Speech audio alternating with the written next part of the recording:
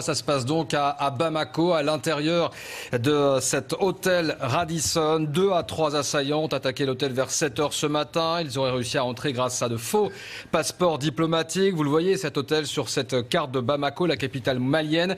Il y a au moins 3 morts. Plus de 150 clients se trouvent à l'intérieur de l'établissement. Certains, semble-t-il, sont restés enfermés dans leur chambre. D'autres sont en ce moment retenus par les terroristes.